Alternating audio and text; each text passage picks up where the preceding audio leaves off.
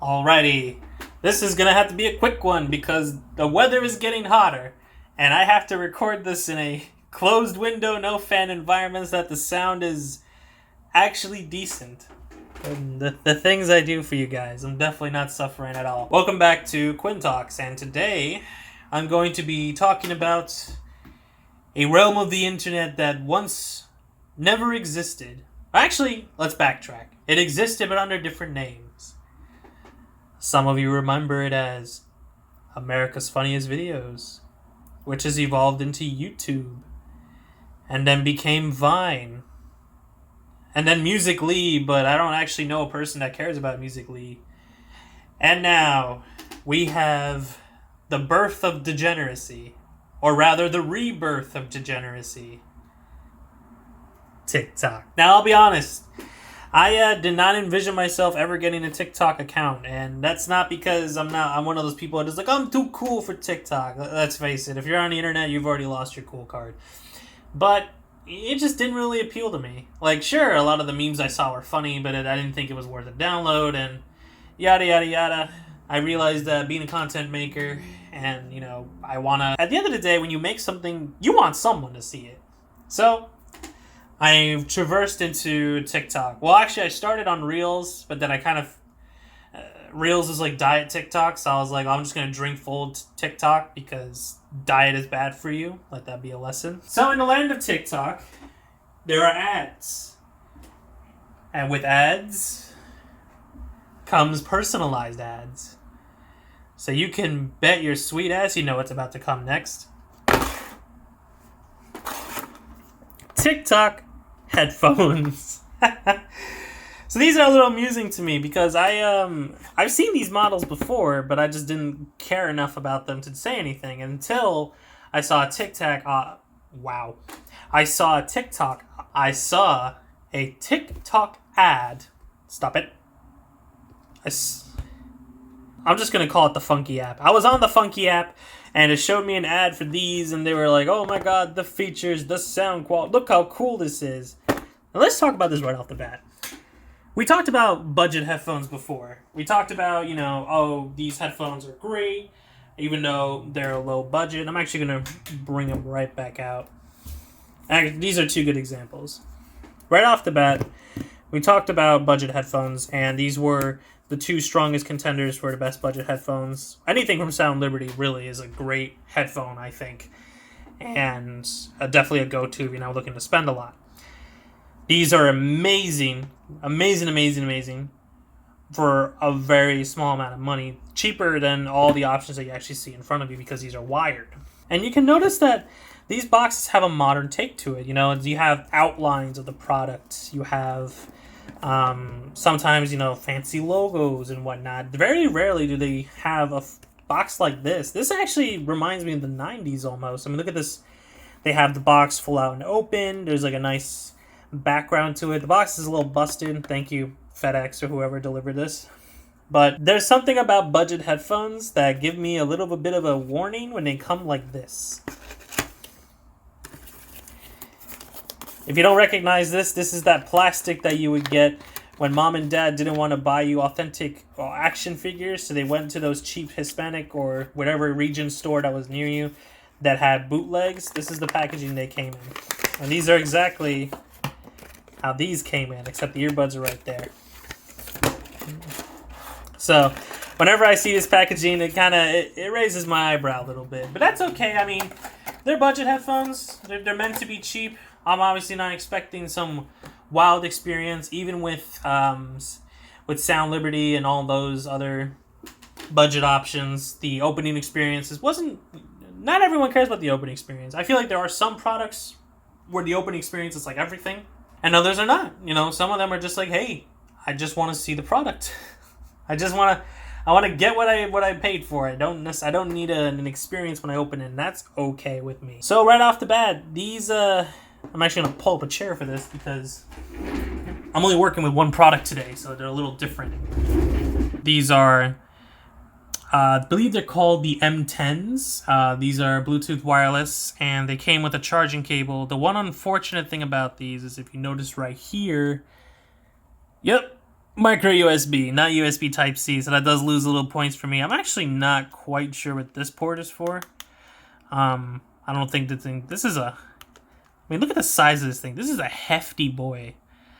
Like, my God, carrying this around in your pocket is so. This is the thickest case I think I've ever owned when it came to Bluetooth headphones. And let me show you my wallet just for like. This is the wallet I use. This is I don't think I'm ever going to talk about wallets in this channel, but this is the XSTO wallet. I just think it's nice and compact. I really like it. Look at the difference in the thickness of these two boys. Like, wow. Like, this is slim, so it goes in my pocket and it just sits there comfortably. This is a chunker. This is just, boy, bulges your pocket and all of a sudden your date just looks at you awkwardly. But, you know, these, the build on it's quite nice. These have a plastic top, so when you open it, you see the headphones, and then when you close it, it's supposed to, hang on, I think I know how to trigger it. I have to take them out. So right off the bat, you take them out. They have a nice little lighting system in them, and then you put them back in. And there it is, that little light up. I actually think that's really cool. Most, you can see, yeah, you can still see through it very clearly. It actually looks brighter on this camera than it does for me, so that's pretty interesting. That's actually a pretty decent underrated feature, because a lot of the times when it comes to our battery, especially the battery of our individual buds, you know, you have to refer to your headphones. I mean, sorry, you have to refer to your phone, because your phone will have in the Bluetooth settings normally, this bud is at 80%, this bud's at 90%, and you're sitting there going, well, I use both of them, why is one dying faster than the other? But that's a different story. It tells you real time which battery is what and how much battery the case is at. So, yeah, and it's only there for a short while, but it does remain for a pretty long period of time. And I'm actually kind of curious why this thing is so thick. I mean, I feel like I probably haven't read 100% into this product yet, but for the most part, it's just there's a touch version. So according to this thing, charging time, standby, music play about 5 hours. That's decent. Made in China, that was obvious. Apparently there's a touch version, or this is the touch version. Not really quite sure. But this is the most information you get with this thing. It does come with the charging cable and bud bits. I don't remember if it actually came with a piece of paper. Let me see. The earphones are equipped with a built-in rechargeable battery, which is non-removable. When using the device for the first time, ensures for charge. Connect the charging cable to the charge port of the outlets. And I guess this thing also serves as a portable battery. I mean, that's the only reason I would think why it has a USB, because it says in and out, so I'm assuming this big port is so you can charge devices. You know, I haven't actually tested that. I was more focused about the actual earbuds themselves. I guess now is the big question. How do these sound? Well, let me tell you something. So, whenever I hear, you know, budget headphones have, oh my God, they're crazy, amazing, dynamic sound, all those really famous claims that a lot of companies will make about their headphones. And sometimes, you know, to a new person or to somebody who's like, you know, getting headphones for the first time, they might have a genuinely good experience with a lot of those headphones, you know, ones that make those big, bold claims.